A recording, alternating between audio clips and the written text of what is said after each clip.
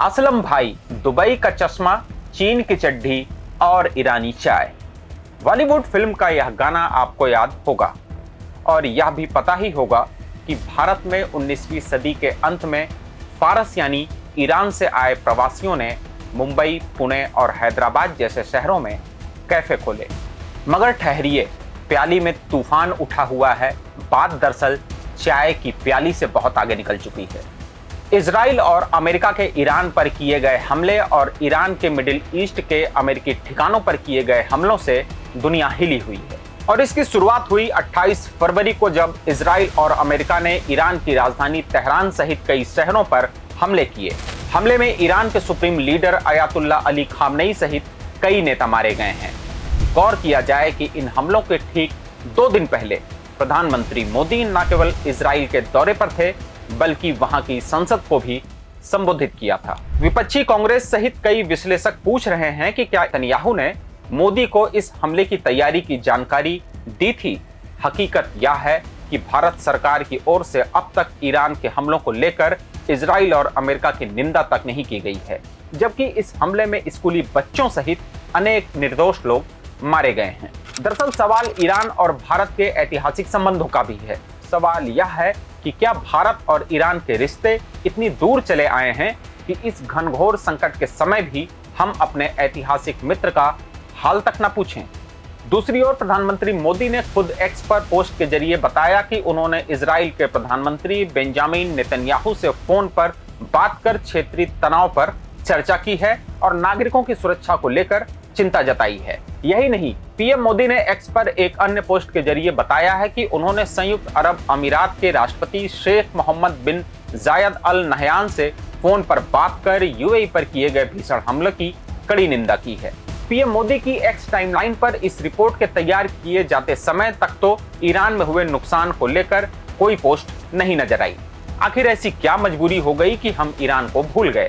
अतीत के पन्ने खोलें तो दोनों देशों के ऐतिहासिक रिश्तों का लंबा सिलसिला साफ नजर आता है।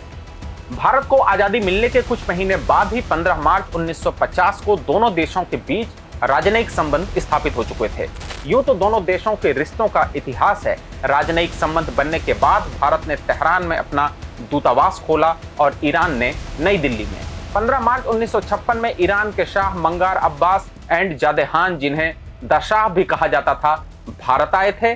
दोनों देशों का रिश्ता परवान चढ़ा। सितंबर 1959 में पहले प्रधानमंत्री जवाहरलाल नेहरू की ईरान यात्रा से, इसके बाद अप्रैल 1974 में प्रधानमंत्री इंदिरा गांधी भी ईरान गईं। जून 1977 में जनता पार्टी की सरकार में आने के बाद प्रधानमंत्री मोरारजी देसाई भी तेहरान के दौरे पर गए। फरवरी 1978 में शाह भारत आए। 1979 में इस्लामिक क्रांति और शाह का सत्ता से बेदखल होने के बावजूद दोनों देशों के रिश्ते आमतौर पर कायम ही रहे। हालांकि भारत ने इस्लामिक क्रांति का विरोध किया था। इस्लामिक क्रांति के बाद करीब 1.5 दशक तक दोनों देशों के रिश्ते उतार चढ़ाव वाले बने रहे। हालांकि सितंबर 1993 में तत्कालीन प्रधानमंत्री नरसिम्हा राव ईरान जाते हैं और ईरान के तत्कालीन राष्ट्रपति अकबर हाशमी रफसंजानी अप्रैल 1995 में भारत आते हैं। यहां तक कि अक्टूबर 1996 में उपराष्ट्रपति के.आर. नारायणन भी ईरान गए। यह सिलसिला अटल बिहारी वाजपेयी की अगुवाई वाली एनडीए सरकार में भी जारी रहा। 2001 में वाजपेयी ईरान गए और उसके बाद 2003 में ईरान के राष्ट्रपति मोहम्मद खतामी गणतंत्र दिवस की परेड में मुख्य अतिथि के रूप में शामिल होते हैं। एनडीए सरकार के जाने और यूपीए सरकार के सत्ता में आने के बाद आमतौर पर दोनों देशों का रिश्ता परवान ही चढ़ता गया। इस दौरान भारत के तत्कालीन विदेश मंत्री एमएस कृष्णन सहित कई मंत्रियों ने ईरान के दौरे किए। यहां तक कि तत्कालीन प्रधानमंत्री डॉक्टर मनमोहन सिंह 120 निर्गुण देशों के सम्मेलन में हिस्सा लेने के लिए ईरान गए थे। निर्गुण देशों का यह वही समूह है जिसकी स्थापना दूसरे विश्व युद्ध के बाद, जब सोवियत संघ और अमेरिका के बीच शीत युद्ध शुरू होने के बाद की गई थी और इसमें नेहरू, पूर्व यूगोस्लाविया के नेता टीटो, मिस्र के नेता नासिर और इंडोनेशिया के नेता सुकर्णो की अहम भूमिका थी। आज अमेरिका की अगुवाई में बदले वैश्विक संतुलन के बीच भारत ने अपनी यह भूमिका खो दी है, बल्कि वह अमेरिका का पिछलग्गू बन गया है। डोनाल्ड ट्रंप ने पहलगाम हमले के बाद भारत के ऑपरेशन सिंदूर के बाद से न जाने कितनी बार यह दावा किया कि उन्होंने ही भारत पाकिस्तान के बीच युद्ध को रुकवाया है। खुद प्रधानमंत्री मोदी 2016 में ईरान गए और तेहरान में उन्होंने सुप्रीम लीडर खामेनेई से मुलाकात भी की थी। उस दौरान खामेनेई दोनों देशों के ऐतिहासिक रिश्ते को याद करते हुए रिश्तों को और मजबूत करने की बात कहते हैं। मोदी ने तब खामेनेई को कुरान की 7वीं शताब्दी की पवित्र पांडुलिपि भी भेंट की थी। बेशक कश्मीर को लेकर ईरान का रवैया उतार चढ़ाव वाला रहा है, लेकिन यह नहीं भूलना चाहिए कि 2016 में प्रधानमंत्री मोदी की यात्रा के समय दोनों देशों के रिश्ते कितने सहज थे। 2019 में भारतीय संसद द्वारा जम्मू कश्मीर का विशेष राज्य का दर्जा खत्म करने और उसे 2 केंद्र शासित प्रदेशों में बांटने के कदम की ईरान के अब दिवंगत नेता खामेनेई ने तब खुलेआम निंदा की थी। इसके बावजूद दोनों देशों के आर्थिक संबंध बने रहे।